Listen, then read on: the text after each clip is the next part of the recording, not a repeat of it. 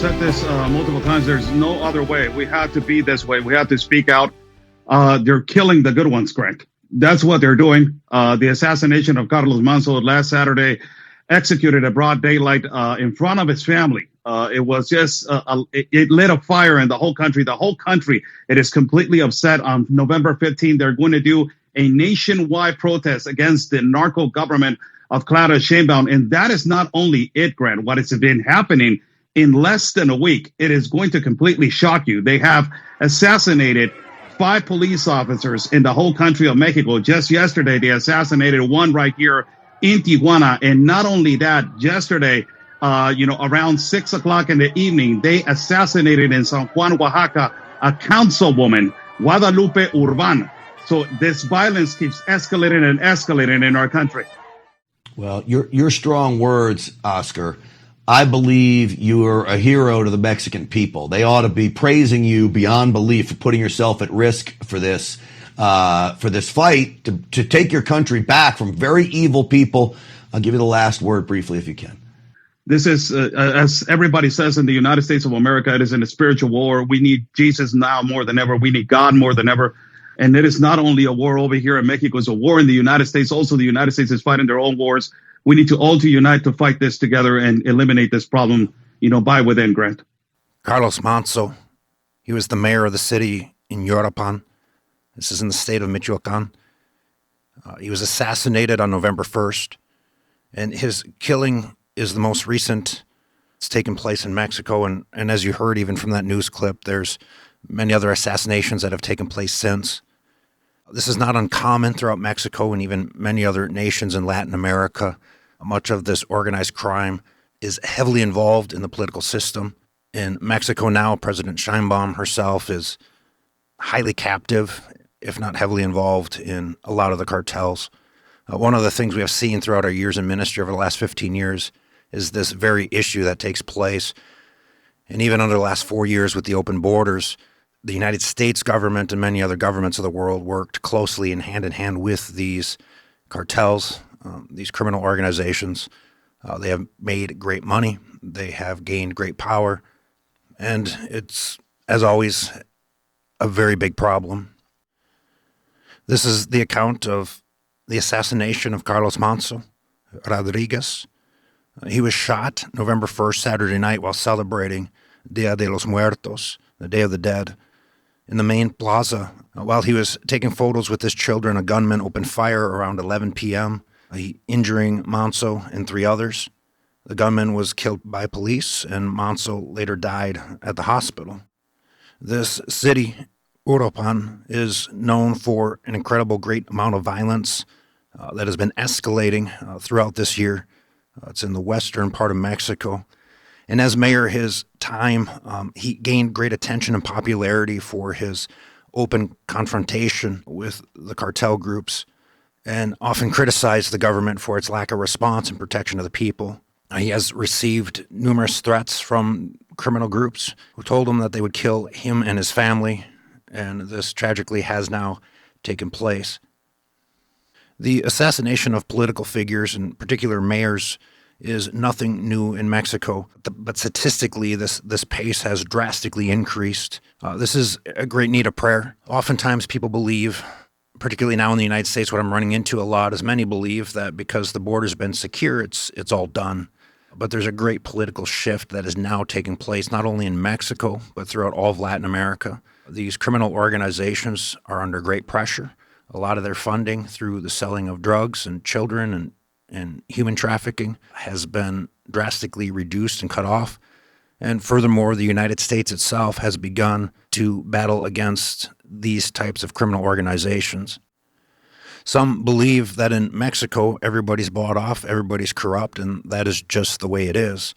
But the reality is you have large portions of men and women in that country who are standing on truth. They're standing on justice and what is right. And so as a lot of these crimes take place from these criminal groups, they are fighting against it. Over all my years of 15 years in ministry, again, the assassinations of these people are rampant, but they weigh the costs and understand the need to weed out these kinds of things. And so on November 15th in Mexico, there's going to be a nationwide protest against the corrupt factions of the Mexican government who are aligned with many of these criminal organizations. What's interesting is these protests are largely being promoted and attended by the youth of the country. They are pushing back and they are taking a stand. These kinds of protests are not uncommon. We have seen them many, many times over the years over different kinds of deaths and violence and attacks that have taken place. What was different with Carlos Manzo is that he was hugely popular, widely popular, and his death has now ignited this passion and this pushback. So be in prayer for the nation of Mexico. Be in prayer that revival will come forth. Many of these who are standing against the corruption and organized crime are also faithful servants of Jesus Christ. They have been called into the political realm and they are taking their stand there.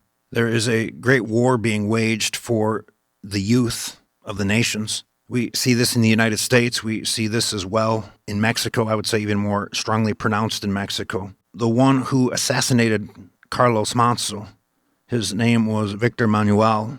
He was a 17-year-old. And the tactic that he used in the assassination is what many in the federal government of Mexico are beginning to call suicide hitmen. They're oftentimes young men that are recruited.